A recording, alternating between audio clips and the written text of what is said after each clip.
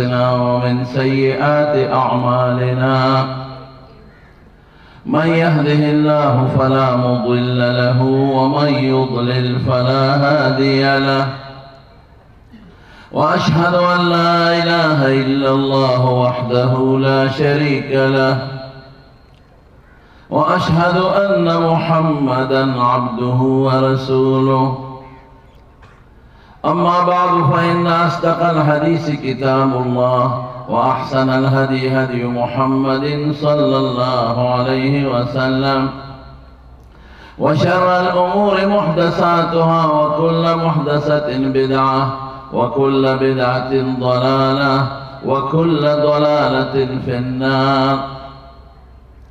وبالسند المتصل مني إلى الإمام الهمام الحافظ الحجة أمير المؤمنين في الحديث أبي عبد الله محمد بن إسماعيل بن إبراهيم بن المغيرة بن بردزبة الجعفي اليماني البخاري رحمه الله تعالى ومتعنا بعلومه آمين. قال باب قول الله عز وجل ونضع الموازين القسط ليوم القيامة وأن أعمال بني آدم وقولهم توزن. وقال مجاهد القسطاس العدل بالرومية ويقال القسط مصدر المقسط وهو العادل وأما القاسط فهو الجائر. وبه قال حدثنا أحمد بن أشكاب قال حدثنا محمد بن فضيل عن عمارة بن القعقاع عن أبي زرعة عن أبي هريرة رضي الله تعالى عنه وعنهم قال قال النبي صلى الله عليه وسلم كلمتان حبيبتان إلى الرحمن خفيفتان على اللسان ثقيلتان في الميزان سبحان الله وبحمده سبحان الله العظيم. درود شریف ہوئے. اللهم صل وسلم على سيدنا ومولانا محمد وآله وصحبه أجمعين. گرامی قدر جناب قائد ملت اسلامیہ قائد جمعیت علماء اسلام حضرت مولانا اقدس محترم مکرم مولانا فضل الرحمن صاحب دامت برکاتہم دغه مدرسے چلون کے نگران حضرت مولانا عبید الرحمن سے زید مجدہم زما گران قدر علماء کرام. حضرت صاحب نے تو فرمایا کہ تقریر اردو میں ہوگی، بات اردو میں ہوگی. میں نے عرض کیا اردو میں تو باتیں کر سکتا ہوں البتہ درس اور تقریر نہیں کر سکتا. کوشش کروں گا کچھ تو میں درس کا شروع کروں گا. اگر کوئی ایسی دو تین باتیں ہیں تو اردو بھی مکس کے انشاءاللہ کروں گا. مکس. حضرت اقدس دیر مشکور و ممنون. اللہ تعالیٰ دیلت اتنا بڑا مقام دیا ہے الحمدللہ. یہ اللہ کا کرم ہے کہ عرب اور عجم میں کسی بھی بڑے عالم شیخ الحدیث مفتی کو اشارہ دے دے تو یہاں آنے کو اپنا سعادت سمجھیں گے. مجھ جیسے ناچیز اور طالب علم پر ان کا اعتماد اور ان کی محبت میرے ایک طالب علم سے اپنے لیے بہت بڑا اعزاز اور فخر سمجھتا ہوں. اور میرا سوچ یہ تھا کہ حضرت خود درس اور اس حدیث کے جو تفصیلات ہے وہ بیان فرمائیں گے اور ہم کوئی فائدہ حاصل کر کے جائیں گے. دو تین باتیں کریں گے اور ان کے درس کو سنیں گے. یقیناً اللہ گواہ ہے راستے میں یہ سوچتا اللہ نے حضرت کو بہت بڑا علم دیا ہے. مدرس عالم رہ چکے ہیں، فنی مدرس. لیکن سیاست کا ایسا میدان ہے الحمدللہ. سیاست نے ان کو کھینچ لیا مدرسے سے. لیکن الحمدللہ اب بھی ان کے درس بخاری. میرا ارادہ تھا کہ میں حضرت کو ایک مشورہ دے دوں کہ آپ کسی بھی مدرسے میں इस्लामाबाद में हो या पिंडी में हो या दारुल जामे हक्कानिया में किया न हो, हदीस का एक जो ज़रूर पढ़ा है। हफ्ते में एक दर्स हो, 2 दर्सें हों, ये हमारे तलबा के लिए भी बड़ी सआदत होगी और आपका एक अमली निस्बत भी कायम रहेगा। मेरी दरख्वास्त है आप साहब के सामने हजरत को, जो भी मदरसा हो, हमारे मदरसे तो इनसे दूर हैं, वरना दारुल नौमानी उस्मानी में हजरत का एक दर्स हमारे लिए बड़ा फ़ख्र होगा। पेशावर में हो, दारुल हक्कानिया में हो या इस्लामाबाद पिंडी जहाँ भी हो, एक जुज़ जो भी हजरत मुनासिब समझे बुखारी का एक जुज़ ज़रूर आइंदा के लिए कोशिश करें कि वो पढ़ाएँ। मुझे तो यहाँ कैंच लेता है, हम कोशिश करते थोड़ा सा इधर कैंच लेंगे और हमने कब्जा भी जमा लिया इन पर अल्हम्दुलिल्लाह। बुखारी शरीफ के बहुत बड़े बड़े मदारिस जितने भी आखिरी अहादीस है उसका दर्स हजरत इंशाअल्लाह दे रहे हैं और बहुत ज़बरदस्त अंदाज से। दर हकीकत जब दर्स पागा 1600 काल और 1100 काल मख के बयानात हुई द हजरत दर्स तो मौजूदा ज़माने से की द हिकमत अखबल तशरीफ फरमायला मुक्तदा द हाल सरा और द ज़माने द हालात सरा मुताबिक दी दर्स देर जात मुफीद भी। मंगला अल्लाह ने दुआ के उज़ बतौर तहदीस नामत यो खबर कुम जान द पार और तलबाओ द पार दामा हजरत से गालिबन बवीली ना मंग बदालुम नौमानियोत मांजो के यदि बुखारी शरीफ सिपारी जोड़े कड़ी मंग यो सेटुना गश्ती दी 2 लस्सेटम जोड़ कड़ी अगे के दा राविया निश्त सिर्फ सहाबी और हदीस मुकर्ररातम पके निश्ता मंग मियाश वनी मियाश के यौ दल द हजरत से द जिंदगी द पारा और द हल दल द कामयाबी द पारा पर तालिब इल्मान खत्म को। सुभान अल्लाह अल्हम्दुलिल्लाह। ज़मानों मुख्तसर होंदे हजरत से इजाज़त दे बाम और दे हदीस मुतालिक से मुख्तसर होंदे तशरीफ और नाजिम से मोहतरम को फरमाइल चेगा तदकीकात और तहकीकात मुमकिन हजरत से मखिर सराना यर्शी तहकीकात और तदकीकात को दूर की बात है और आम मजलिसम दे आवामो नो सिर्फ यो सो ज़रूरी खबर बास का दल तज़मो उलमा किराम यो मबहस ज़िक्र कई अगी व तरफ़्तुल ख़ातिमत बिल-फ़ातिहा व ज़वल दा उन्वान नवर को ज़देता हुस्नुन नज़्म व तरतीब दे इमाम बुखारी रहमतुल्लाह अलैह अगी के ज़मो उलमा दे खबर बहस कई चे इमाम बुखारी रुम्बे किताबुल ईमान वले रावलो आखिरी की किताबुर रद्द अलल जहमिया या रुम्बे दा वाहिद बाब नशुरू और इख्तिताम पवज़न दा अमल और रुम्बे दा हदीस दा नियत नशुरू आखिर के सिक़ल दा हदीस मुतालिक सिक़ल दा मीज़ान रिवायत रवल वले दी जमा पर ख्याल दा मबहस दा मुंदे दा गौगत दे दा बपरिक सिर्फ द इमाम बुखारी रहमतुल्लाह अलैह द निकात द तर्जमतुल बाब दा चूंकि ज़रूरी मबहस दे तलबा वाला दे के बयो मुख्तसर खबर ज़मानों 2 गरज़ द इमाम बुखारी रहमतुल्लाह अलैह दलता यव मशहूर गरज़ दे यव द असल गरज़ दे असल गरज़ द इमाम बुखारी अर्रद्द अला बाद हनाबिला बाद हनाबिला बांधे दे रद्द कई और द्वेम द सानवी गरज़ दे आगा द मुअतज़िला को यो नज़रिया द रद्द दे यो ज़माना के रसूलुल्लाह सल्लल्लाहु अलैहि वसल्लम पेशनगोई वर करे वही बनी इसराइल पर 2 यो फ़िरक़ो तक़सीम दी और ज़मा उम्मत ब 73 पदरियो यो फ़िरक़ो तक़सीमेगी यो ब जन्नत तज़ीद 2 या 72 ब जहन्नम को जाएंगे।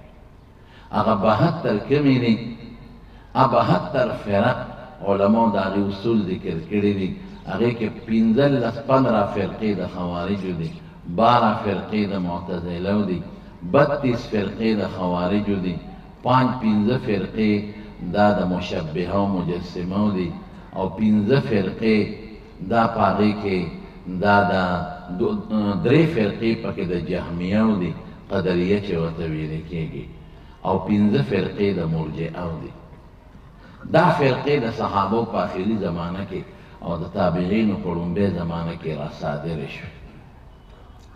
और यो ज़माना की 40-45 साल मुअतज़िला हुकूमत राग़िल द मामून रशीद الحمدلله د دې فرق باطله او رد زموږ علماء په خپله زمانه کې په ډېره اعلی طریقې سره کړی دی.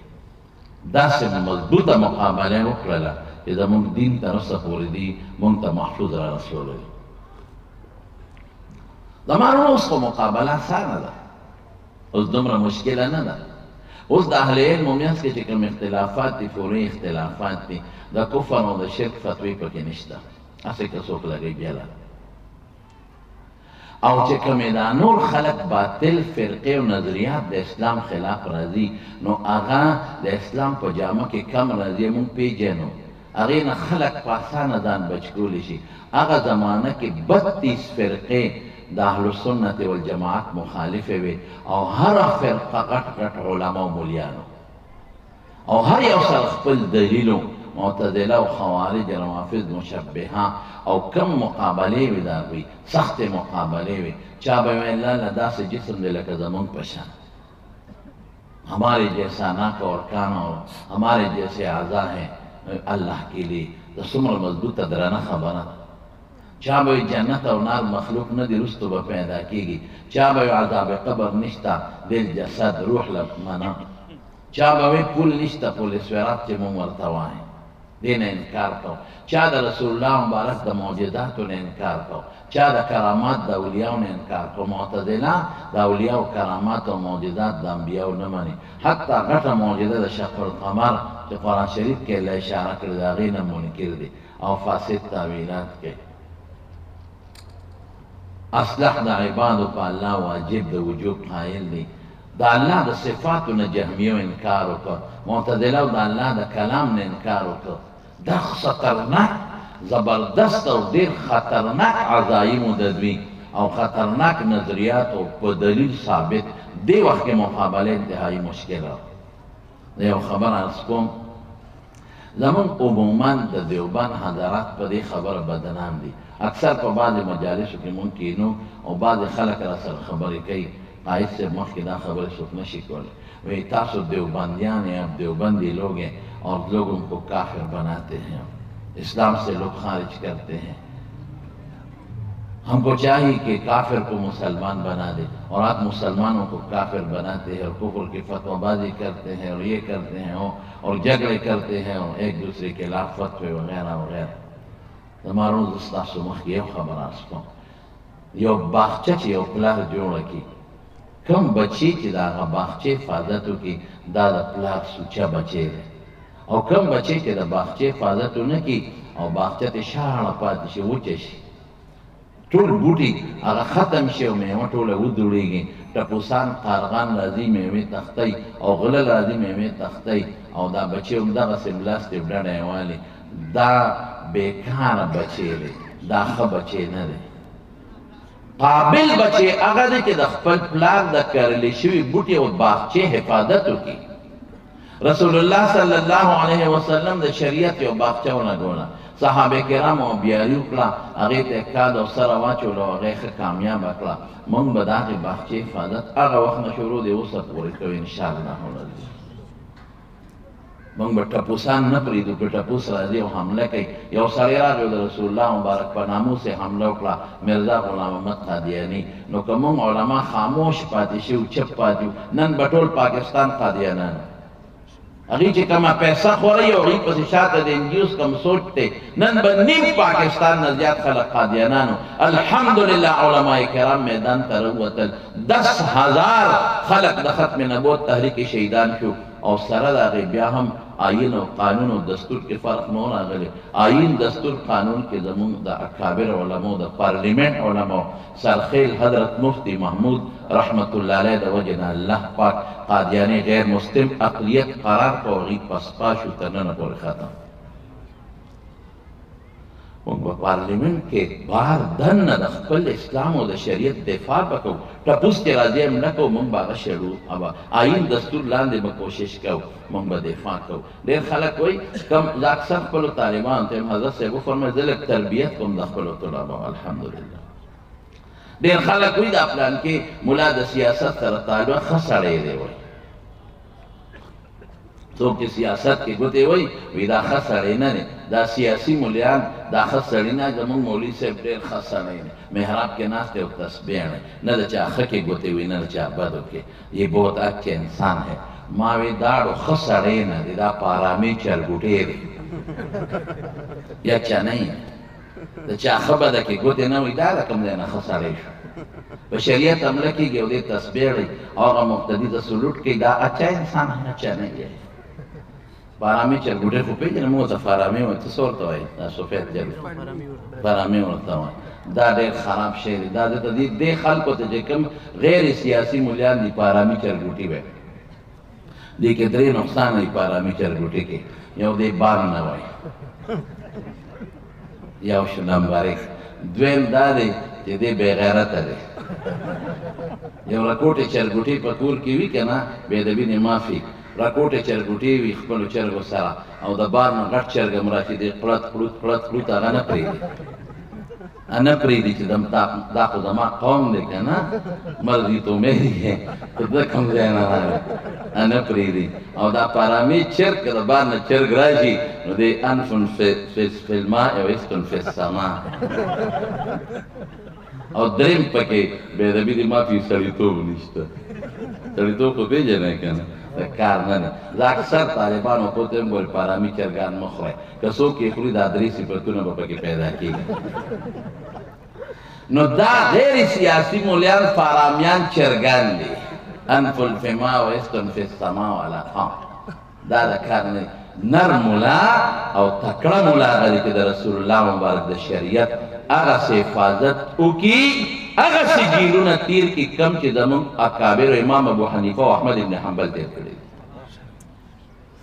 یہ ہمارے لیے مشاعرہ ہے الحمدللہ. زه پکې موجوده حالاتو کې یو ټکي ویم، اوس چې کومې راوتې دي پرون نابل اوس چې کوم مارچ وشو، میرا جسم و میری مرضی والا مارچ، اوس دا څوک موږ دې سره اوس نعره خو ډېره مزېداره ده.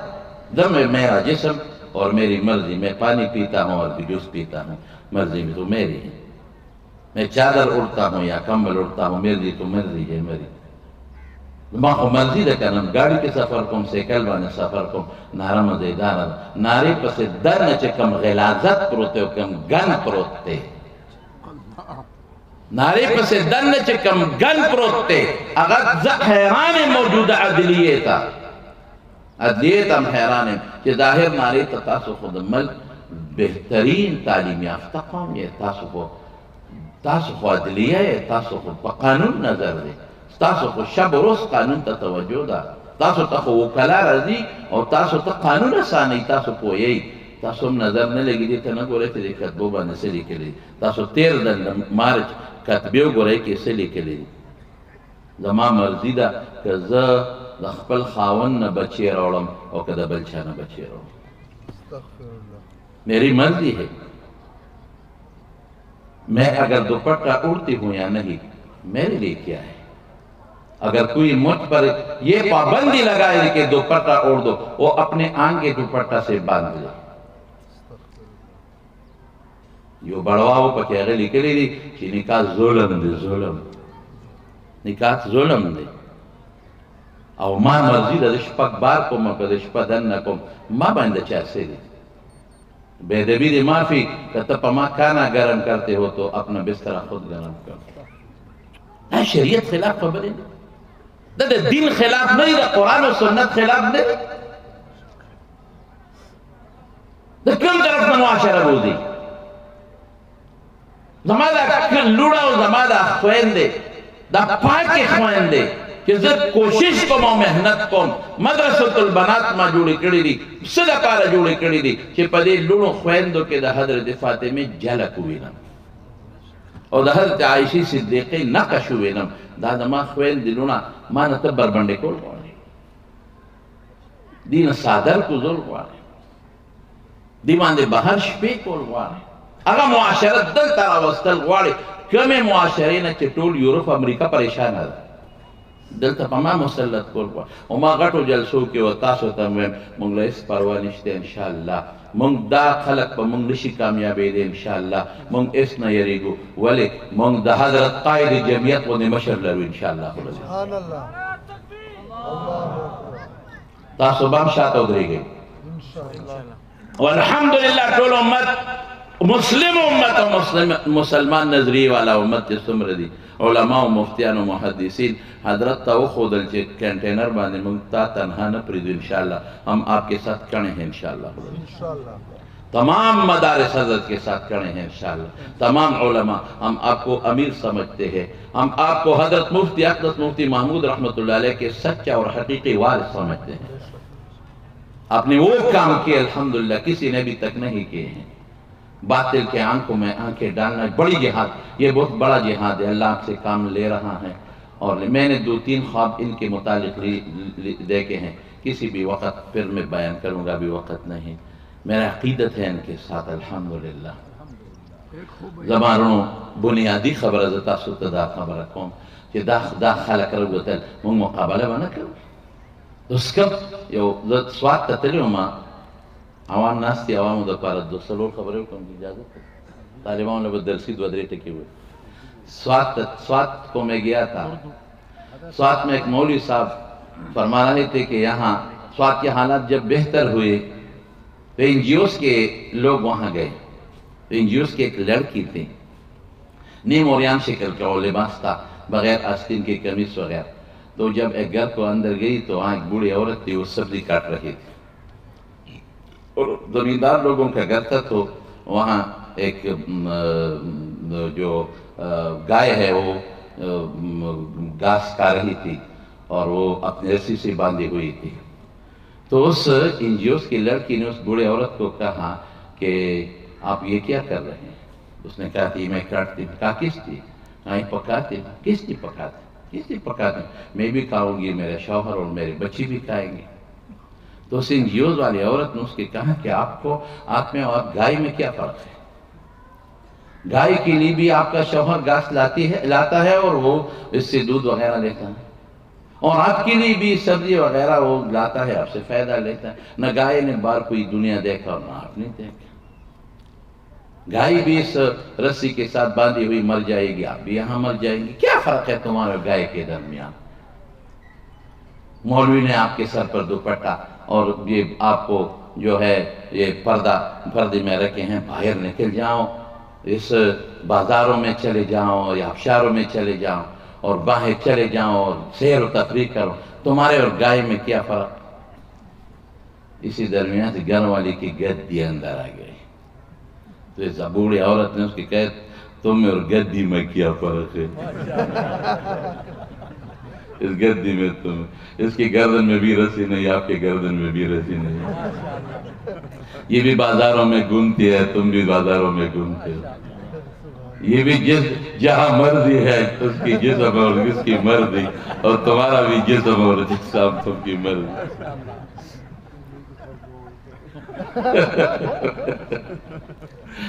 تو بیچارے دوڑ گئی چلے گئی یہ معاشرہ کہاں جا رہا ہے اور یہ لوگ ہم پر کیا مسلط کر رہے ہیں ابھی لیکن الحمدللہ ہم بیدار ہیں جتنا بھی ہو سکے آپ سے مدارس بنا دے گلی کوچوں میں مدارس بنا دے لوگوں کی اصلاح کرے اور مدارس البنات بنا دے میں اپنے شاگردوں کو یہ کہتا ہوں کہ مدارس البنات کی بہت برکات ہے یہ عورت الحمدللہ دیندار ہو جائیں گے دوپٹہ اوڑھیں گے اور میں یہ بھی کہتا ہوں کہ آپ بھی بائی پاس طریقے سے شیخ الحدیث بن جائیں گے بہت جلدی ماشاءاللہ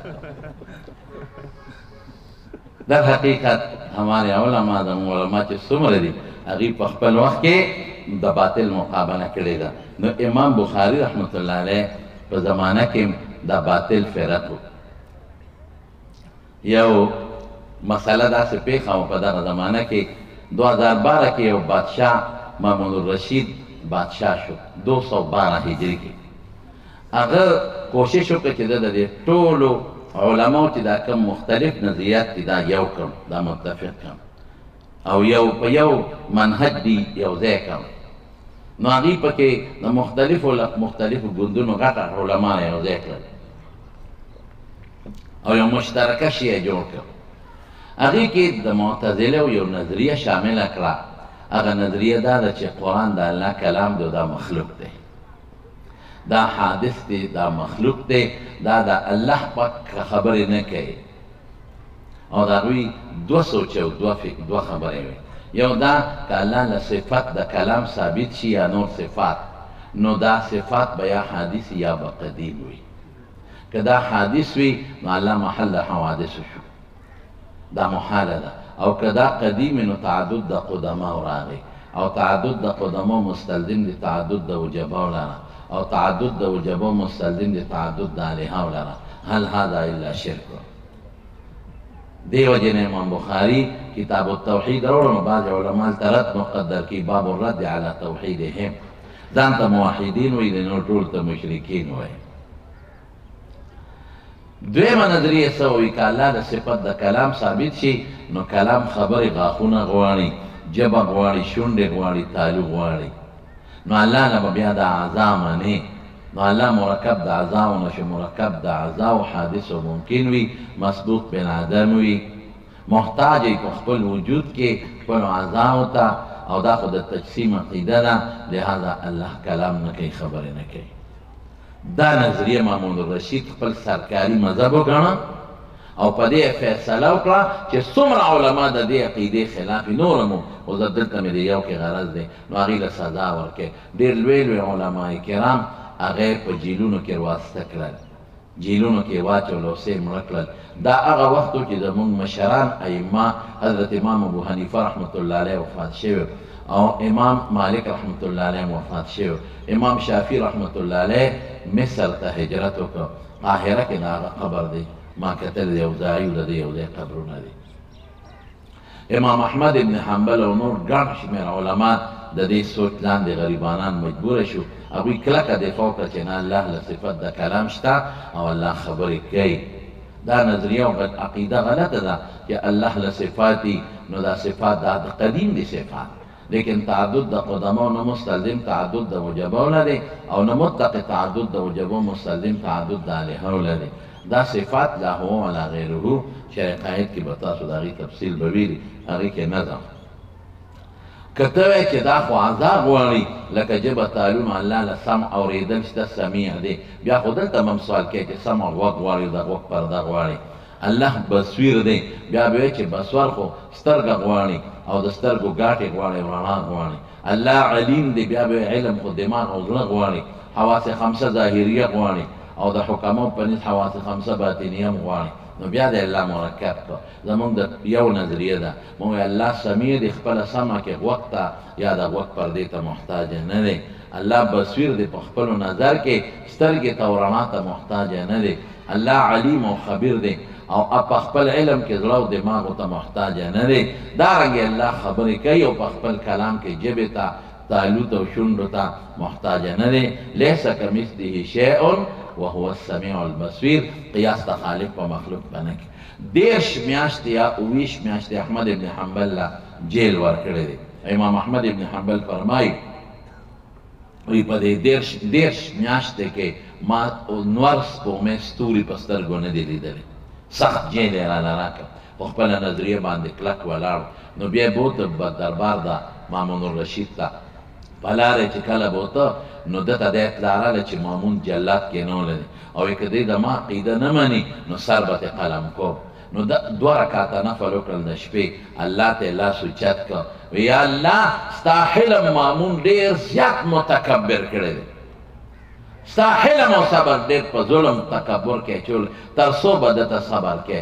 ته خیر هغه زمانه کې خو دا ذرایع ابلاغ نو، خو تاریخ لیکي مقه وخت کې الله مامون مړ کړ، ساتې وخته. د هغه ورو معتصم بالله هغه ته یې وصیت کړی، وایي دا عقیده به مضبوطی کلکې، او دا په سکولونو کې به طور د سرکاري نظام او سرکاري تعلیم مضمون په شان دا نافذه کا، او څوک چې دې مخالفت کې سزا ورکوه.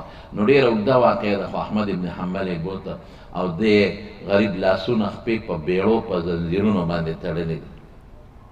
وی په لاره چې تلم نو یو غل دی وی دی ما له اواز راکړه وی ما ته وی احمد ما پیژنې ما وی نه وی زما نوم ابوالهیثم دی مشهور سارق او غل ما د زرو نه زیات غلاګانې کړي دي او د 1000 نه زیات زه ګرفتار شویم ما نه د غلې قرار کړی دی نه د غلا نه منع شویم پام کوه ګورئ تاله به تکلیف درکوي خو عقیده د حقه د هغې نه واونړئ نمبر 1 او دویمه یو خبره د حضرت قایص صاحب تام الحمدلله دا ورتاسې په طور تمهید اورو او دا یو خبره یو بوډا سړی و وی ما له اواز راکړ وی ما ته وی چې احمده تا پسله بوځي پته درته شته وی زه غلی شم وی ما ته وی چې تا سره د ډېرو لویو علماو مسلمانانو ډېرو خلکو تعلق دی هغوی تا ته سترګې دي او ستا لمن هغوی نیولې ده ور ډېر سوچ سره قدم اخله مسلمانان درنه رسوا نشي ګوره وی دې مضبوط کړم ډاډ یې کړم ما چې هر څه کي تیروم به انشاءالله لیکن د هغې خلکو چې په ما اعتماد دی د هغې نظریو سوچ ته به ټیسټ نه وی چې بویه تلم هلته د هغوی یو معتزلي قاضي القضاتو مخکې خو یحیی ابن اقسم هغې معزول که او احمد ابن داود غټ معتزلي و چیف جسټس کړی مناظره کېده دي به عقلي خبرې کولې احمد ابن حنبل به یو خبره کوله ان کان معکم شیء من کتاب الله او سنت رسول الله فهاتو که د خدای او د رسول یو ټکي در سره یې راوړی فیصله یې په دې وکړه هغه اوږدې خبرې دي چې دله دورې ورکړې نو صاحب د مرقات مولا علي قاري په دې اول جلد کې لیکلی دي او حافظ ابن کثیر هم په خپل تاریخ کې لیکلی نو دله چې کله دورې ورکوي لاسونه خپې په زنځیرونو ورته وتړل او شاته کمیس ورته اوچت که او یو دوو ضربو له به یو جلاد راغوښته هغه احمد ابن حنبل چې د قرآن د حفظ سره د رسول الله مبارک د 10 لاک احادیثو حافظ دی رخصت چی می یادای و دا ټول دا مرفوع روایت نه دي کې موقوف او مقطوع د صحابه او د تابعین او اثار مشته 10 لاک سپینګری مولا دی سپینګری عالم نو جلاد علماء امام بخاری تاریخ کبیر کې لیکلی دي وی داسې دوره به ولا برولا که دا دوره تیل راو برینوم بچغه وای نو چې دلې لومبه دوره راو برولا نو دوی بسم الله چې دویمه دوره ورته وروله نو دوی انا لله و انا الیه راجعون چې دریمه دوره وبروله او د لومبه سره تی وینې روانې شوې سرمنې وشلېده ملې وشلېده نو چې دریمه دوره ولا کدی ویلا حول ولا قوت الا بالله چې څلورمه دوره وبروله ویلا یصيبني الا ما كتب الله لي چې پنځمه دوره ورکړه نو دی وی القرآن کلام الله غیر مخلوق چې بله دوره ورکړه دی وی الحمدلله نو چې بله دوره وانه نو شاته پرتوغا خوشلید ناړي جو ہے وہ کټ گئے پرتوغا خوشلید نو شاګردګاو خلک ولاړ دي او شاګردان یې غاړو ته ولاړ دي خلک څوک تماشې ته دي څوک وایي چې زموږ شیخ په کوم آزمایش ابتلا کې ګیرو نو چې پرتوغا خوشلید پرتو خو پرېوځي نو د شاګردانو چیغې کړي مجلس کې یو جړا جوړه شو یا الله زمونږ شیخ دا لوی محدث دا د پسې ابتلا کې الله رانیولی دی خدا اوس به پرتوګ لاندې پرېوځي عورت به ښکاره شي تر قیامته پورې مخالفین به قصې لیکي دا عورت ځکه کمیس خو اوچت دی الله دا به څه کېږي چغې شوې نو صاحب د مرقات لیکي چې احمد ابن حنبل اسمان ته سر اوچت که چې اوچت یې که دا حافظ ابن کثیر هم لیکلی نو پرتوګ خپل ځای نه ښکته نه شو بلکې خپل ځای نه اوچت شو ده پورې بغیر ناړي او پرتوغاس نه پیوځ شو یو کم او 10 مولا علي قاري لیکلی حافظ ابن کثیر 10 چا څلور دی دا دورې چې و بېهوشه شو نو یې راشه شاګردان ته مولا صاحب هم یوستی نو چې دی بیا کله یوړو نو دنه چې طبیعت برابر شو تپوس وکړه وی تا په لومبي ځل بسم الله ولې ووایي وی د الله په نوم مې مدد غوښته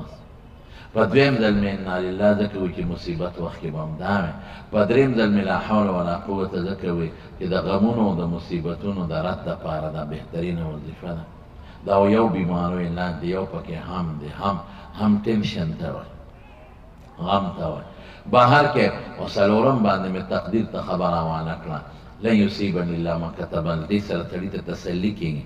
او په پنځم ځل مې د خپلې عقیدې اظهار وکړ چې القرآن کلام الله غیر مخلوق. وی دا الحمدلله دی. ولې وی دا خو د خوشحالۍ په موقع خلک وی وی بېشک په دې وخت کې مې وجود ډېر دردېده او سوزش یې کاوه. نو ما وی احمد عقیده دیني ګډه وړه شوې. نو ما دې وخت کې خپل زړه له توجه ورکړه. وی زړه مې په خپل عقیده او اعتقاد کلک ولاړو. نو د قلب په ثبات او په استقامت مې وی چې الحمدلله. وی صاحب چې پرتوک دې وشلې مونږ سره خو ډېره سودا شوه، تا اسمان ته سر اوچت که څه دی وی دې وخت کې ما سره هم ډېر لوی فکر شو. نو ما خپل رب ته چغه وواله. مونږ به چا ته چغه ووهو؟ تکلیف وخت کې رب العالمین ته، الله ته مې چغه وواله یا رحیم و یا ودود یا ذا العرش المجید یا فعال لما یرید اسألک بعزتک التي لا ترام وبملکک الذي لا تضام ان كنت على الصواب فلا تهتک ستری. الله که زه په حق یم زما پرده مه خم. ور بیا هم تعلیق کوي. نو الله مې پرده وانغېسته، بې پرتوغاښه پرتوګ مې خدای پاک لک کړ. زمانو شافعي صاحب د ده شیخ و، هغه ورپسې سوال جواب راولېږه. وی دا کم کمیس کې چې دیوال وخوړل دا ما ته راولېږه. نو ور ویلېږه. نو امام شافعي نه چا تپوس وکړ په دې کمیس به څه کوې؟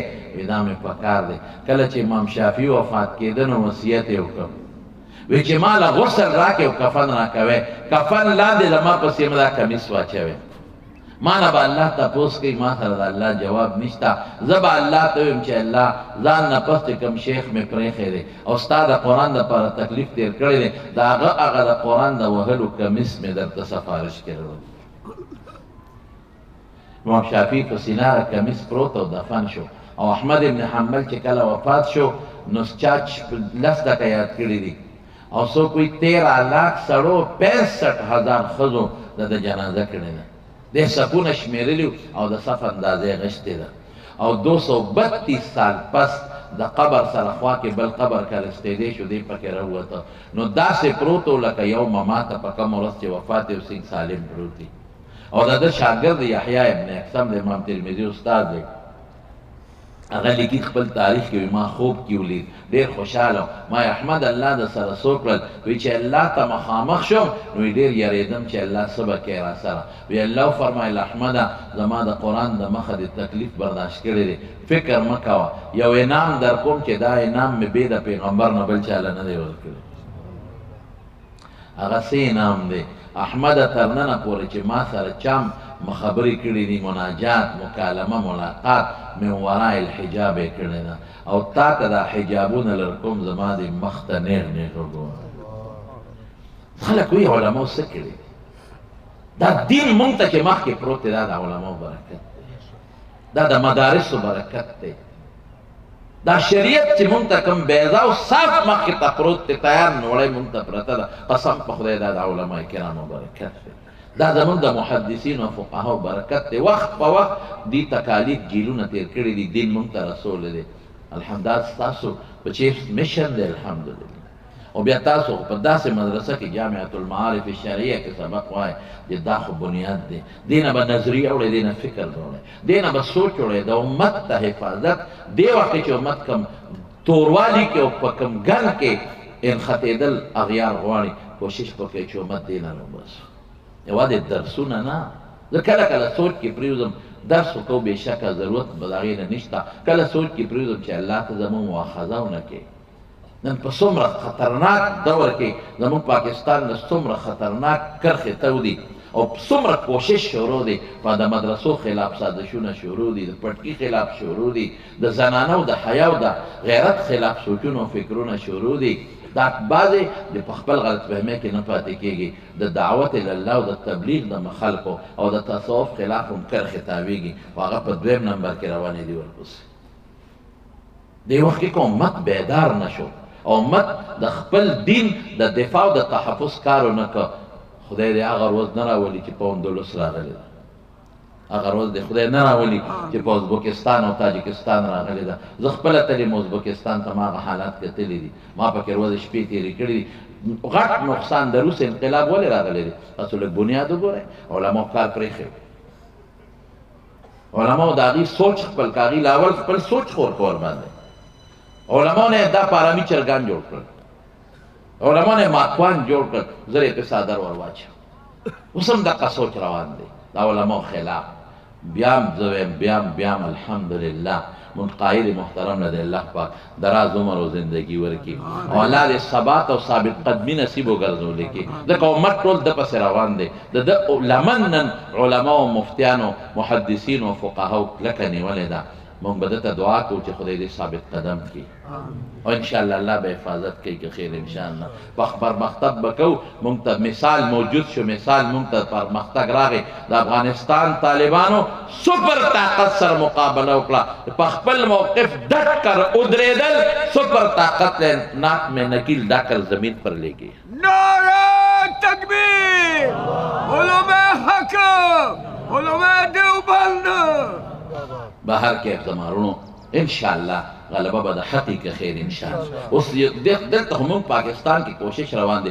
وہ باہر دنیا کے بل انقلاب را روان دے تو ترکیہ تا مگو رہے ازبکستان تا حالات اما کہتے لی التا نشأت ثانیہ را روان درورو خلقوں کے بیداری پیدا کی گرور انشاءاللہ نظیر او کم چے مولا و طالب نن پا مخد ازمکا پا پاکستان کے موجود دے دا مخ کے جدتا سو ندی لے دلے نن چه سمره فضلا د مدرسو نوزی دا مخی الحمدللہ دا مخی نو اس الحمدللہ دیر دی او نن چه دا علماء پزلک کم دا بیداری دو جذبه پرتا دا مونگ دیر مخی ندلی دل انشاءاللہ ان قریب بخده پاک منتخر وسخی انشاءاللہ انشاءاللہ نو باہر کیف چه احمد ابن حنبل لے کے وہ حلی شو نو بعض حنابلہ لک افراد کرا لے اغیب آوے چه قرآن خو غیر مخلوق دے کلام نفسی قدیم خود کم چه جبریل علیہ السلام تلفظ کی دام قدیم دے او کم چه پلوغ محفوظ کی دے غم قدیم دے او کم چه منگ پی تلفظ کی دام قدیم دے او کم چه دا منگ سر پا کاغذون روی کلی شوی دے دا نقوش مناقض دام قدیم دے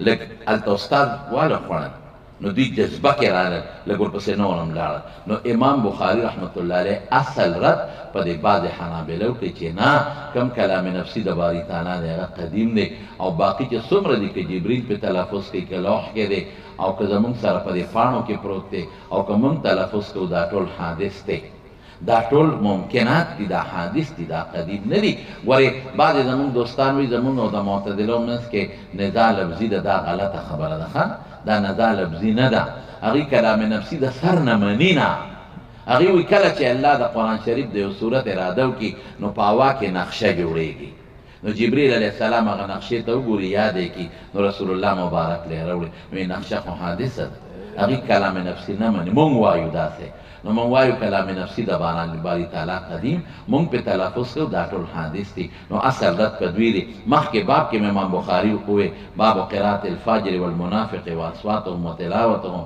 دا التکیم پدوی ردو کو کہ پا قرآن خو منافقم تلفظ کئی اور پا قرآن باندے خو فاجرم تلفظ کئی فاجر منافق حادث تلفظ داغی حادث یو حرف دا بل حرف دا وجود نپس رازی دا یو حرف پا وقت بل حرف معدومی دا خطول صفات دا حادث تی نو دلتا امام بخاری اصل ہوئی اعمال دا بنی آدم وقولهم یوزنو نو دا زمون تلفظ بالقرآن یو عمل دا زمون قول نے دا با وزن کیگی او وزن پا حادث ممکن کی رازی پا قدیم کی نرازی دوی امرد کئی پا معتدلو چه اغیوی چه دا اعمال نوزن کیگی ولی اذا وجدت عدمت نو چه معدوم شو نو معدوم دا اغی وجود نشتا دا سرنا نو وزن بیسنگوش وزن دا موجود کیگی او اعاده دا معدوم محال دا او کچر تتوی چه نا دا با واپس اعاده بے کیگی نو که اعاده امشی نو دا اعمال اعراض دی غیر متقوم بنفسها دی او وزن دا اغسیس کیگی چی جوهری متقوم بنفسه دی دی وزن بسین کیگی او بل مال فائدتو فی الوزن زکا وزن خودی لی چی مقدار معلوم شی اللہ تا مقدار معلوم دی نو فیده سدن امام بخاری پاگی حمرت کی وندعو الموازین القسط لیوم القیامة قرآن شاہد دی چی من با وزن کو او حدیث کے مرازی ثقیلتان فی المیزان چی تلشتا یوم القیامة پاگی با وزن کیگی نو نست قرآن و حدیث پی دال دی حافظ ابن حجر وی الایمان بالمیزان واجبون وأن الميزان له لسان وكفتان ويميل بالأعمال خلافا للمعتزلة فإنهم يقولون إنه عبارة عن العدل فخالفوا الكتاب والسنة د قرآن و سنت د هغې مخالفت کوي نو دی زبردست رد ورباندې وکړي زمونږ بعضې علما دا جوابونه هم کوي چې د دې د باطل جواب نه چې دا خو عارض دی چې وایي اشخاص تللی کېږي لیکن دا قول مرجوح دی او بعضې وایي صحب به تللی کېږي صرف دومره ده چې یو کس به صرف تللی کېږي مسند د احمد ابن حنبل کې د عبدالله بن مسعود حدیث دی یو ځای کې صحابه کرام تشریف فرمو رسول الله صلی الله علیه وسلم هم یو صحابي ډېر زیات کمزور و نو هغه یو اونې نه څه شو کول نو هوا چلېده داسې به علاقه و راړقه نو صحابه وخندل نو رسول الله صلی الله علیه وسلم وفرمایل مما تضحکون څه پورې خاندې وی من دقت ساقیه د ده د نرو پنډو پورې خاندو نو نبی علیه السلام وفرمایل والذي نفسي بيده لهما اثقل في الميزان من احد دا به په وزن تله کې د احد نه دراني نو د دې نه بعضې علما وایي چې اشخاص په تللی کېږي زموږ علامه انورشاه کشمیري فرمایي وی دا به یو کس تللی کېږي دوه کسه زیات نه صرف د مؤمن او د کافر رتبه به الله پاک ښیي او بعضې وایي صحب به تللی کېږي حدیث د بطاقې دلیل پیش کوي لیکن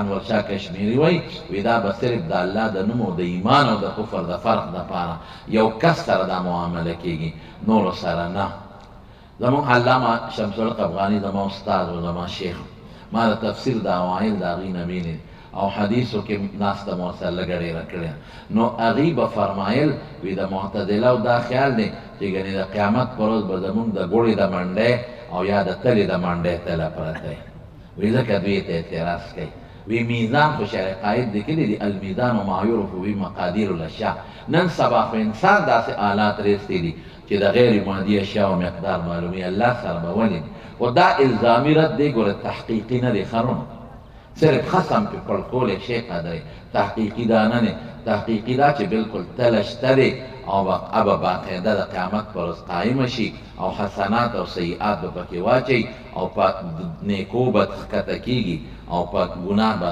اوچتېږي به چې کم شي ډېر شي ښکته به شي کم شي نو په هغې به اوچتېږي زمانونو چې کله خلک د قبرونو نه پاسي ړومبې به خلکو له خپل اعمال مخې ته راشي هغې نه پس د هر پیغمبر حوض دی زمونږ د پیغمبر مبارک د حوض نوم کوثر دی هغې نه پس به صحف راخواره شي چاله په ښي لاس کې چاله په شمال ګز کې چاله من ورای زهري هغې نه پس بیا پل د علامت نه جهنم او د پل مخې ته دا تله پرته ده ولاړه او څومره ده نو داود علیه السلام الله نه تپوس وکړه طبراني کې شته معجم کبیر کې وی الله ما ته دا تله وښایه نو چې وښوله داود علیه السلام بېهوشه پرېوت نو چې هوش کې راغی ژړلې وی الله دا خو دومره غټه ده که دا اوه اسمانونه او ځمکې پکې واچې په یو ګوټ کې ځایږي زمونږ په عمل به سینګ ډکېږي رب العالمین وفرمیل ای داوده چې زه غواړم په یو کجوره یم ډکولی شم چې عمل کې کله اخلاص وي نو دې کې متعدد احادیث دي د وخت د کمي د وجې بالاختصار به ووایم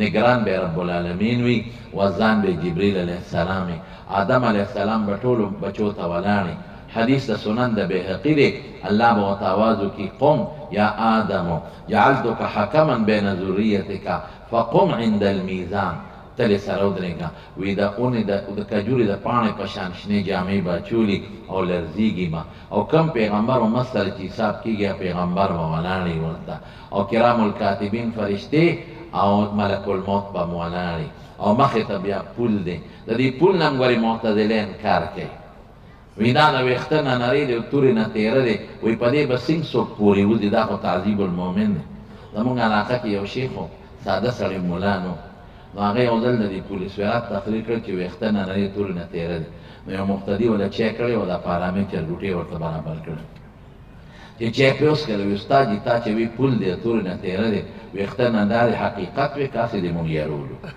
من حدیثو کې ثابت دی که نو ته به پې څنګه دی ستا خو هم کونډی خوږېږي او کونټی د لاس کې د لاټې او چشمې دې په سترګو دي خو استاد جي څه دم به د سری که دا دم د سرنی نشد دی مهرباني وکړه هغه دم راته وښایه هلته به راپسې په هغه اربهاو خلکو کې څنګه ګرځم هغه ورته وایي چې دا نن دې کم کار وکړه که نه دا کله کله کوه نو موټر وی بیا کم درته رب العالمین فرمایي څوک کالبرق او څوک کالاجاوید الخیر کالرکاب دا به پې تېر شي خو چې د الله طاقت چا سره طاقت یې نه شي مونږ به پې تېرېږو که خیر انشاءالله او الله پاک دې موږ له توفیق راکړي. بهر کیف نو دا تله به هلته وي، نو په هغې به عمل ودن کېږي. نو جماهیر علما چې څومره وي داسې کیفیت وي لکه څنګه د دنیا د تلې په دروند شي به ښکته کېږي. صرف زرکشي وایي چې نه، په هلته کې د دنیا عکس دی، په دروند شي به اوچتېږي. الیه یصعد الکلم الطیب په دلیل کې پیش کوي، لیکن یصعد الکلم الطیب د دنیا عمل دي، ښه هلته نه دي. هلته من ثقلت موازینه دی، صعدت موازینه نه دی. وندعو الموازین القسط لیوم القیامه. چې طالبانو له یو دوه ټکي ویم، صیغه د جمع ولې راوړه؟ الله خو مفرد دی، واحد دی، نو احد دی. نو علما متعدد جوابونه کوي، درې و یو راکوټ جواب یې دا دی چې تفخیما لشانه تبارک وتعالی. لکه یو کس ته مونږ وایي تاسو څنګه موازین، یا جمع د موزون ده لکه مجاهل د مجهول جمع ده، او یا د میزان جمع ده لکه میوزان، لکه مصابي د مصباح جمع ده. نو د کسرې د ما قبل نه په یې بدل شوی. نو په دې دویم سوال کېږي چې تله خو یوه ده، اگر چې ګورې نو بعضې خلک د تعدد د موازینو هم قایل دي. څوک وایي د هر امت خپله تله ده، څوک وایي د اعمالو د قلم خپله د جوارحو مرجوح قول دی. راجح دا چې یو تله ده. نو جمع یې ولې راوړه؟ په اعتبار د کثرت د من یوزنو لهم، یا د کثرت د ما یوزنو. او قسم بحال الموصوف دی. قانون دا چې کله صفت بحال الموصوف مطابقت د موصوف سے شرطي په افراد تثنیه جمع کې دلته مطابقت رانغی. نو څوک ذوات مقدر کی ذوات القسط، او څوک په معنا د قاسطات اخلي. خو حافظ ابن حجر وی قسم مصدر دی، او مصدر صفت د مفرد مثنا مجموع واقع کېږي. یقال میزان قسط و میزانان قسط و موازین قسط. لام په معنا د فی واخلو، یا کلام اجلیه جرست مضاف په مقدر کول حساب یوم القیامه. یوم نو مطلق وقت اخلو نهارنا، او قیامت معدول د قائمتن د موصوف مقدر دی، الساعة القائمه. معنا به سکو مونږ بکیدو انصاف والا تله. تله د انصاف معنا مشهور ده خو غلطه ده، دا مضاف مضاف الیه نه دی، موصوف صفت دی. انصاف والا تله بکیدو پر ورځ د قیامت. وان اعمال بني ادم وقولهم توزن، دی خپل دعوه ذکر کوي اعمال جمع او قول مفرد ولی شو. د اعمالو تعلق جوارح سره دی، او د قول د خولې سره. جوارح متعدد دي ځکه اعمال جمع نه، او خوله مفرد یوه ده نو ځکه قول راغی. او بهر کې د عمل او د فعل فرق به خپلو اساتذو کړي، زه نه ذکر کوم. دلته امام غزالی رحمت الله علیه لیکلی دي، د هغې یو ډېر ښکلي کتاب د ځان سره طالبانو ساتئ، الدرة الفاخرة في کشف علوم الاخره. هغه وایي د انبیاو اعمال نه وزن کېږي، مستثنا دي. او ماشومان چې کم په ماشوموالي مړه دي هم مستثنا دي. او کم مجانین دي غیر مکلفین، د هغې وزن هم نه کېږي. او یا زره کسان چې من غیر حساب وطلا کتاب جنت ته دي، د هغې به هم نه کېږي. خبره بالکل درسته ده، لیکن هغه لیکلي دي وایي د کافرو عمل به هم نه وزن کېږي. وی قرآن شریف کې الله فرمایي فلا نقیم لهم یوم القیامة وزنا، او د ابو هریره یو حدیث هم پیش کوي. لیکن امام قرطبي او بل کتاب دې ډېر مزیدار دی، طالبان ځان سره وساتئ، التذکره فی احوال الاخره، ډېر مزیدار کتاب دی. نو هغې کې بیا رد کوي په امام غزالي باندې چې نه د کافرو عمل به وزن کېږي. ولې قرآن شریف کې الله فرمایي اما من خفت موازینه فاولئک الذین خسروا انفسهم فی جهنم خالدون. نو ګوره خفت موازینو نه معلومیږي چې عمل به وزن کېږي، او فی جهنم خالدون خلود خو د کافر دپاره دی، مسلمان له خو نه دی. فلا نقیم لهم یوم القیامة وزنا. ګڼ جوابونه کوي، یو پکې دا کوي چې درونوالي بني ځکه ایمان ورسره نشته. بنات آدم په ضمن د بني آدم کې مراد دي، نصوصو کې د رجالو ذکر کېږي، طبعا ښځې مراد دي. وقال مجاهد القصاص والعدل بالرومیه، دا د امام بخاري دا اب دی چې دی یو غریب په بل غریب شرحه کوي. نو قصاص عدل ته وایي، بني اسرائیل کې دی وزنوا بالقصاص المستقیم ذلك خیر واحسن تأویلا. بیا دلته طالبان سوال کوي، وی قرآن کې رومي راغی، قرآن خو عربي دی.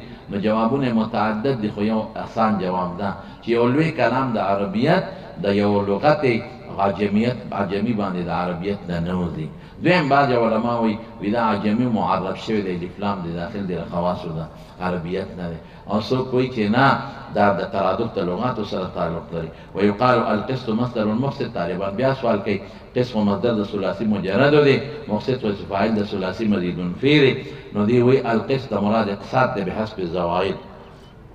یا دلته تقدیر د مصدر و مصدر المقصد او زه طالبانو ته وایم چې نه دلته د مصدر نه هغه مصدر مصطلح نه دی مراد ماخذ ته مراد دی نو چې څومره مزید دی او که ملحقات دي د ټولو اصل ماخذ مصدر د ثلاثي مجردي په نزد د بصریینو وهو العادل ذکر قرآن شریف کې الله فرمایي ان الله يحب المقسطين او قاسط فهو الجائر قرآن شریف کې الله فرمایي اما القاسطون فكانوا جهنم حطبا زمانو یو ټکی یې طالبانو ته دا ځان سره نوٹ کړي دا یو قال سره چې امام بخاري کوم لفظ راوړی دی دا کمزورې خبره ده دې تصدیر په یو قالو په دې وجه او که تمریض صیغه راوړه سند ولا نشته د دې خبرې دا امام بخاري د طالبانو یو نقطه ویم کتاب التفسیر کې د کوم لیکلی دی نو یو خود احادیث کې دراوړلي د حدیث په معیار کې خو د کتاب ډېر مضبوط دی خو کتاب التفسیر کې چې د لغاتو د کومه شرحه کړې ده امام بخاري نو دارومدار د ابو عبیده تفسیر دی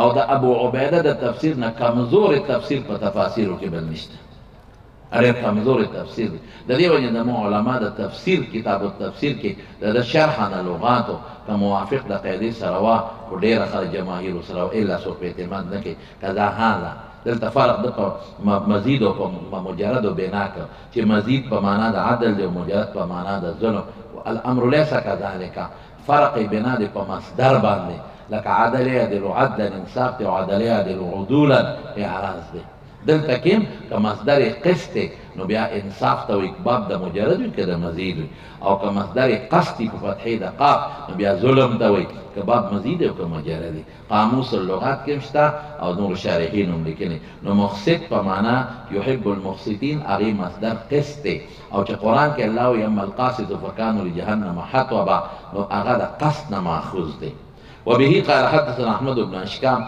روات و حالات به پرېږدم خپل استادانو به ذکر کړي صرف دومره ویم چې حدیث د محمد ابن فضیل نه پس غریب شوی دی رد په هغه چا چې د غرابت دپاره شرط لګوي چې دا به عزیز یا مشهور وي نه غریب د صحیح دپاره شرط لګوي چې یا به غریب یا مشهور نه صحیح سره غرابت جمع کېږي ابن سلام مقدمه کې لیکلي دي او حافظ ابن حجر نخبة الفکر وغیره کې ویلي دي نو دلته محمد ابن فضیل متفرد دی عماره یو نقطه ذهن کې وساتئ مشهور خلک عماره وایي او په دې کتاب کې پیشادم لیکلی دی دا عماره خطا دی ښه دا عماره دی په تخفیف د میم مفتوحې سره ابو زرعه څوک دی عبید الله ابن عبدالکریم رازی دی جدا کس دی دا عمر یا حرم دی عمر ابن جریر بجلی لوی محدث دی هغه ته عنوانات دی ابو هریره حالات به ویلي شوي رضی الله تعالی عنه قال النبي صلی الله علیه وسلم کلمتان بیا دلته طالبان سوال کوي تسیه د کلمتون دا خو کلام دی نو دو معنی جواب دی یو په معنا د ما یتکلم به بیا اطلاق په مفرد او مرکب کیږي او یا ذکر د جز مراد نه کل ذکر د کلمې مراد نه کلام د مجاز مرسل په علاقه کې ولا تداوی دو خبرې دي حبیبتان الی الرحمن حبیب فعیل په معنا د مفعول دی سوال راځي چې فعیل په معنا د مفعول شي نو دې کې تانیث ته ضرورت نه مذکر سره حبیبون استعمالیږي او مؤنث سره ولی حبیبتان راوړو حافظ ابن حجر فتح الباری کې لیکلي دي وی دا قاعده جایزه ده واجبه نه ده که حبیبان وی جایز دی واجبه نه ده سجع او د فاصلې د وجې نه حبیبتان راوړل رحمان ته محبوبي دی که اسماء ستو کې انتخاب د رحمان وکړو وجه دو لیکلي شوي دي یو دا ده چې مقتضي او باعث ته د لوی اجر رحمانیت د باري تعالی ځکه تعبیر هغه نوم مختص کړ دو خبرې د محبوبي دي حافظ وی لمحبوبیت قائلهما او څوک مجاز نمازان دا مشتمل دي د الله ټولو صفات سلبیه او ثبوتیه نه نو د الله ذکر محبوبي دي خفیفتان علی اللسان دا کنایه د سهلتان نه ده جبه باندې خفت نه دي سهل ده سهل نو دا مجاز دی وجه شته خو وخت کم دی په جبه اساني دی ولی مبني پکې نشته مبني ثقيل په نسبت د معرب بعض اعرابات په نه راځي غیر منصرف پکې نشته هغه ثقيل په نسبت د منصرف کسرت تنوین په نه راځي او دغه پکې نشته فعل ثقيل په نسبت د علم ګور بعض اعرابات په نه راځي تنافر د کلماتو پکې نشته غدایرهم مستکثرات الى العلا وغیره او بل قریب المخرج حروف قبر حرب بمکان القفر والا هم پکې نشته. او په علم قرات په موضوع کې شدیده کې پکې یو حرف راغلی دی، مجهوره کې پکې یو حرف راغلی دی، قلقلی والا پکې بالکل نشته. او لنډه خبر ده چې په ژبه اسانه ثقیلتان فی المیزان تله کې درنې دي. ولې؟ د الله ذکر دی او د الله سامع الاجتماع لري ټولو له، نو دا هم دفع د وهم کوي چې الله ته محبوبي، نو دا به بیا بنده ستړی کوي. العطایا علی قدر البلایا، نو دی وی نه خفیفی دی رسول الله مبارک فرمای چې خفیفی بیا به وزن کمی، نو دفع د وهم یو کوي نه وزن، او د مناسبت د بابم شو. او ثقیلتان فی المیزان کې برات اختتام ته اشارت شو، کم چې مولانا حافظ ابن حجر وی ادار کتاب اخر کې برات اختتام ورول. سبحان الله و بحمده. ابن الحمام خو دې مخکې ته مبتدا وی، رستنی ته خبر وی، هغه کې بحث لګوګد دی. مونږ وایو نه، جماهیر وی دا خبر مقدمو او سبحان الله و بحمده تاویلا مبتدا مؤخره. کله خبر مقدم کیږي تشویقا او ترغیب دپاره، نو تسلور تشویق پیدا کړ. یو دا چې دوه کلمې وي چې شوق پیدا شي، ډېرې نه دي وی وایي. دویم دا چې رحمان ته محبوبی دی، باید چې مونږ الله خوشحاله کوی وایو. او دریم دا چې په ژبه اسانه دي، کړاو پکې نشته. او څلورم په وزن کې فایده ډېره ده. دا شو سبحان الله و بحمده سبحان الله العظیم. نو خبر اوږده ده، حضرت صاحب ماته یو ګنټه ویلې وه، هغې نه مې زیاته کړه. سبحان یا مصدر دی یا اسم مصدر دی یا علم مصدر دی. بیا علم وضع د شخص ده او که د معنا ده او که د جنس ده او که د ذات، اوږدې خبرې دي. بیا مفعول مطلق د نوع دی او که د تاکید دی، سو کوئی مفعول به دی. سبحت الله سبحانا، دا بحث به ختم کو. بحمده عطف د جملې په جملې دی، احمده بحمده یا حال کون متلبسا بحمده. بیا د حمد او د شکر او د مدح فرقونه دي، اما ورپسې ختم کو. صرف دومره به ویم چې سبحان الله ولې مقدم کو؟ یو پکې تخلیه ده او دی بل کې تحلی ده. دویم تسبیح مستلزم حمد لره دی. ولې؟ که الله له ښکلي صفتونه را ثابت نشي، دا عیب دی په جناب د باري تعالی کې. موږ سبحان سره ثابت ده چې الله کې عیب نشته. او دریم دا چې سبحان کې رد په فرق باطله دی چې څوک الله له زوی ګڼي، لور ګڼي، په هغوی دره حمد کې په چا رد نشته. دې وجې نه سبحان مقدم کو مکرر کو. او د عظیم درې معنی دي. یو عظمت د ذات دی، نو توحید فی الذات ثابت شو او نفی د شرک فی الذات رااله. یو عظمت د صفاتو دی، توحید فی صفات ثابت شو، نفی د شرک فی صفات رااله. یو عظمت د افعالو چې د الله شاکارونه څوک نشي کولی، نو توحید فی صفات شو، نفی د شرک فی صفات رااله. نو حاصل معنا به کوم حاصل لغوینا سبحان الله، الله د هر عیب نه پاک دی، بالاتر دی، مقدس دی. بحمده الله موصوف په کل هغه صفاتو چې الله شان سره مناسب دي. سبحان الله، الله د هر عیب نه پاک. او العظیم ذات او صاف افعالو کې الله بالاتر او عظمت لري. بس امام بخاری دا حدیث ولې په دې باب کې مختص کا حدیث په کې ډیرو دي کې دا نبی علیہ السلام فرمایي چې څوک یو مجلس کې هر قسم بی ادبي وغیره وشي او په مجلس په اخر کې سبحان الله وایي، نو دا د ټول مجلس کفاره ګرځي. نو د امام بخاری هر باب په منزله د هر مجلس داسې حدیث اخر کې راوړي چې د مجلس لپاره کفاره شوه. بس اقول هذا واستغفر الله استغفر الله استغفر الله. بیا هم که څه غلطي شوي، بی ادبي شوي، معافي غواړم.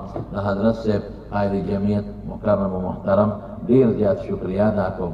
ما غوندې عاجز طالب العلم له موقع راکړله، ورنظره دې خبرې قابل نه یم. بیا هم زه دا وایم چې باید چې هغوی ویلې وي موږ اورېدلی وې، زه بیا هم د هغوی شکریه ادا کوم. او تاسو ټولو طالب علمانو ته دا درخواست کوم چې دا ملک یو آیین یو دستور لري، د هغې آیین دستور لاندې انشاءالله العزیز څنګه چې موږ ته د حضرت قائد محترم موږ ته کوم تعلیمات دي، موږ هم د دې ته تعلیماتو لاندې موږ امیر دی. قانون دا چې د امیر خلک اتباع کوي، نو موږ د دې اتباع به کوو په هر میدان کې انشاءالله. موږ سیاست او مذهب د یو بل نه جدا نه ګڼو. موږ سیاست او مذهب یو ګڼو. د مذهب مختلف شاخونه دي، موږ سیاست مذهب یو ګڼو، موږ دا جدا نه ګڼو. د شریعت او موږ موجوده طرز سیاست د مدرسو، د خانقاهونو او د دعوت او تبلیغ او د ټولو دینی مراکزو تحفظ یو عظیمه ذریعه ګڼو.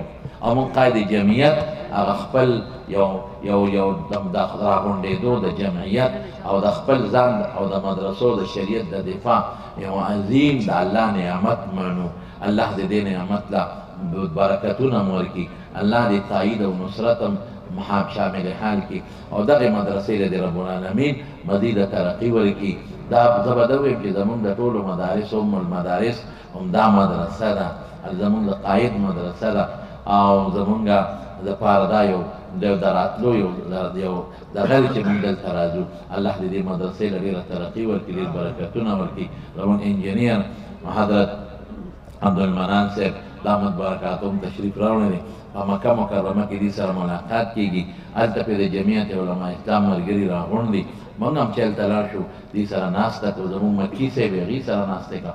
نو دا موږ د هغې هم په راتلو هرکلی وایو، اګر چې د هغوی کلی دی، خو چې حضرت صاحب وفرمایل دلته یو میلمه دی.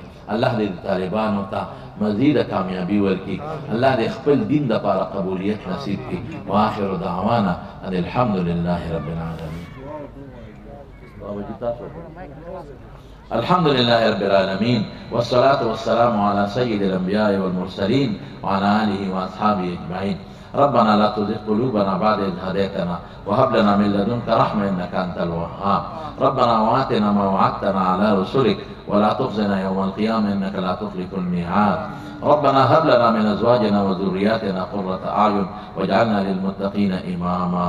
لا إله إلا الله الحليم الكريم، سبحان الله رب العرش العظيم.